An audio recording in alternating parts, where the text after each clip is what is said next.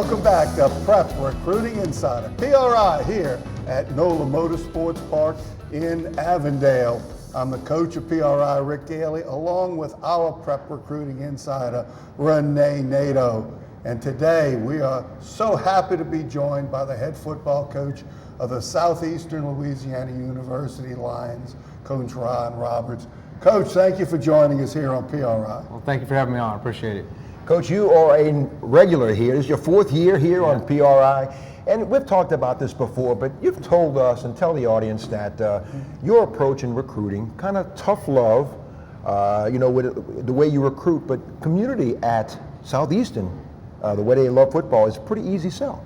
It's a real easy sell. I think we have a tremendous community, not just Hammond, North Shore, completely across the North Shore, but Hammond, the community is really rallied behind our players, very supportive, very involved, home crowd, just throughout the week when they go around town, they're very welcoming to our players. And it's a beautiful campus. I've had the opportunity, not just during football season, but just to go visit the campus, or even just go to the library or attend meetings there. And it's really underappreciated in the whole southeast of Louisiana. I don't think there's any parent, especially in the southeastern part of Louisiana, that shouldn't visit Southeastern. I think the product we're putting out there as far as education and environment together is a first-rate experience for any college student. Now you did get a lot of transfers from other schools. You've done very, very well with that. You've been to bowl playoffs twice. 2 league titles, you've done very, very well, but it all starts with high school recruiting. You really want the high school recruits first. No doubt, yeah. There's a bunch of players here in the state of Louisiana. We are heavily in battle for those players, though. And again, in every year we're trying to do a good job to make sure we can keep as many of those guys here at home as possible. Absolutely, and to be contenders on the national scene, which is your goal, you've got to be able to balance that out, because that's the role of the FCS schools, is sometimes to give players a second chance, that they find the place they go to first isn't exactly right for them. So that's an important part of it. Talk about the change, especially this year, in the transfer from the FBS to the FCS school, where you need 2 years of eligibility. Yeah, that rule came in a couple years ago, actually. Again, they can't come in there for the last year. They have to have 2 years eligibility when they transfer in, or they have to have graduated from the previous school they've been at. So I think that really helps, again, from as much jumping around. You really don't. You want kids to go where they go to school and continue and finish and get their degree from the same institution. It's unlikely sometimes you'll go after the #1 high school player in the country. You have to kind of pick and choose exactly what type of player you want to go after. But this particular year, the last couple of years, Ron, you've had some competition with some highly thought of Division I schools, some SEC schools. So it makes me believe that you're really getting the right type of player there. Yeah, I mean, first we try to say is we're not going to be scared by who's recruiting the kid. We don't know what their intentions are. And in today's world, actually recruiting, so many schools offer a kid and then they pull it. And then, so he's offered one, then he's not. So we really just got to go after the kids we think can help us win a championship, that are a good fit for Southeastern, and recruit the heck out of them, and let the chips fall where they may. And that's one of the great challenges of the FCS, the Football Championship Series school, that you've got to be an expert in all types of recruiting. The star player, the player that needs development but is going to get there, as we mentioned, community college, whether it's a graduate student, you've really got to be an expert in all phases of recruiting. Yeah, it really never stops. And again, where you're willing to look at to find a player, you got to look under every rock that's out there. And again, trying to find those kids that can help you win, and not just win, but kids that will come in and get it done academically, and again, that will be a good representative of your program and a good fit for you. I've been around your program quite a bit, doing games and stuff, and the thing that's impressed me, Ron, is that you have a lot of character on this team. So it's not just looking for good players, you're looking for a good fit. Yeah, that's a big part, is you were looking for that fit, not just on the character standpoint socially, but also the fit also is, well, what can they do for you schematically? Do they fit right into what you do? Rather than being specific what we're recruiting, rather than just say we're going after a receiver, we're going after, is this kid an inside receiver, an outside receiver? What can he do? Can he do the things that we're going to want this young man to do? Because your systems of play give every player an opportunity to really exhibit their skills. not afraid to try something new and different and wide open offensively, but especially in the kicking game, which always intrigues me. You have no problems being aggressive in the kicking game.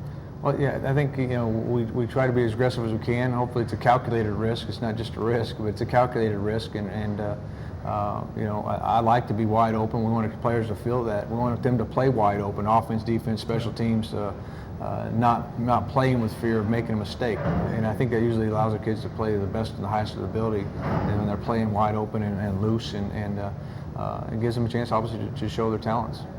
You've made some tweaks in your coaching staff, and you've taken on some more responsibilities. Tell us a little bit about how this is going to work this year, and you're going to be a coordinator this year, going back. Yeah. I haven't called it in a while, but I'm going to go back and call defense. I mean, I've always been involved with that, but that phase of it, and I'm going to go back and be the defensive coordinator. So I'm going to wear two hats, and then so I'm excited about that. That's kind of rejuvenating, really, to me. I didn't know how much it was going to be when I made the decision, but then in the last couple of weeks, I'm getting in those meeting rooms and taking control is kind of really reinvigorating, kind of gives you that spark back, and I'm really enjoying being in there with the kids and with the coaches and doing that. And so I'm excited about that. And then I changed offensive coordinators also. Matt Barrett, is a guy who will come in and be offensive coordinator. And I got a new special teams coordinator, Chet Publish, who was my offensive coordinator, is now going to be my special teams coordinator. And so we've changed some hats there around. That'll keep them on their toes too, doesn't it? That's right. Keeps them fresh. Yeah. Well, since you're going to be the defensive coordinator and you've had a long history on the defensive side of the ball, talk about what your defensive philosophy is. You're not going to see a whole lot of change from what we did with the first, a couple of years here.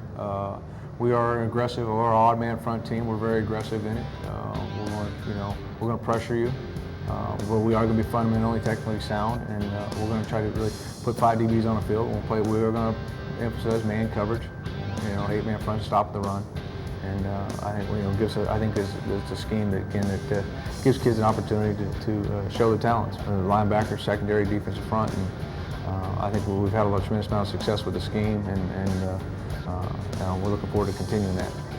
You losing some defensive backs. Harlan Miller is a guy who's been talked about, will be in the NFL next year. Jordan Baptiste, a guy from Tulane. GQ Sandolph, guy from LSU. Michael Eugene and Denzel Thompson. You're losing those guys, not only losing good players, but a lot of leadership. It's going to be tough to replace those. Right. Those are all very talented young men, and again, several of them have opportunities to play in the National Football League, and we're very excited about that. I think that helps us, obviously, in recruiting down the road when you're having those guys having success with Harlan Miller this year. We've had 3 since I've been in the last 4 years. We had 3 DBs play in the Senior Bowl. And Harlan's going to the Combine here. But with replacing those guys, hopefully you're working towards that for our bowl. We're trying to work towards that every year. I think we've got some great talented young men, and they're going to have an opportunity to step up and be that next guy. I think that's why we try to play a lot of guys and get guys rolling experience, so you're not having to, you're not having to start from scratch when this happens. When you have a group of senior-led secondary, or at any position, but. We're going to have an opportunity there to get some new guys into the stretch and get rolling. And again, the leadership role will probably be the first thing we're going to have to try to conquer. You never have enough good defensive backs in today's football. No doubt. I mean, you've seen it all from when you first started coaching to now. The athletic ability of defenders is the most important product now, isn't it? Well, you win ball games of keeping them off the scoreboard, and with all the spread offenses and the fast pace and up tempo and everything we've got. We've been fortunate to be really good in the secondary. Really good players, but I think one of the scheme also we play in allow us some talented players to show their ability. But we've had a lot of success in doing that, and we led the nation in pass efficiency defense 2 years ago when we led our conference the last several years in pass defense, and that's a tradition that we want to embrace, and we want to make sure we continue it. That's Coach Ron Roberts of the Southeastern Louisiana Lions. When we come back, we're going to talk more about his recruiting class, spring practice, and his coaching website as well. This is Prep Recruiting Insider. We're here in the karting facility, one of the best facilities you have ever seen anywhere in America. We're going to be right back after this timeout. This is PRI.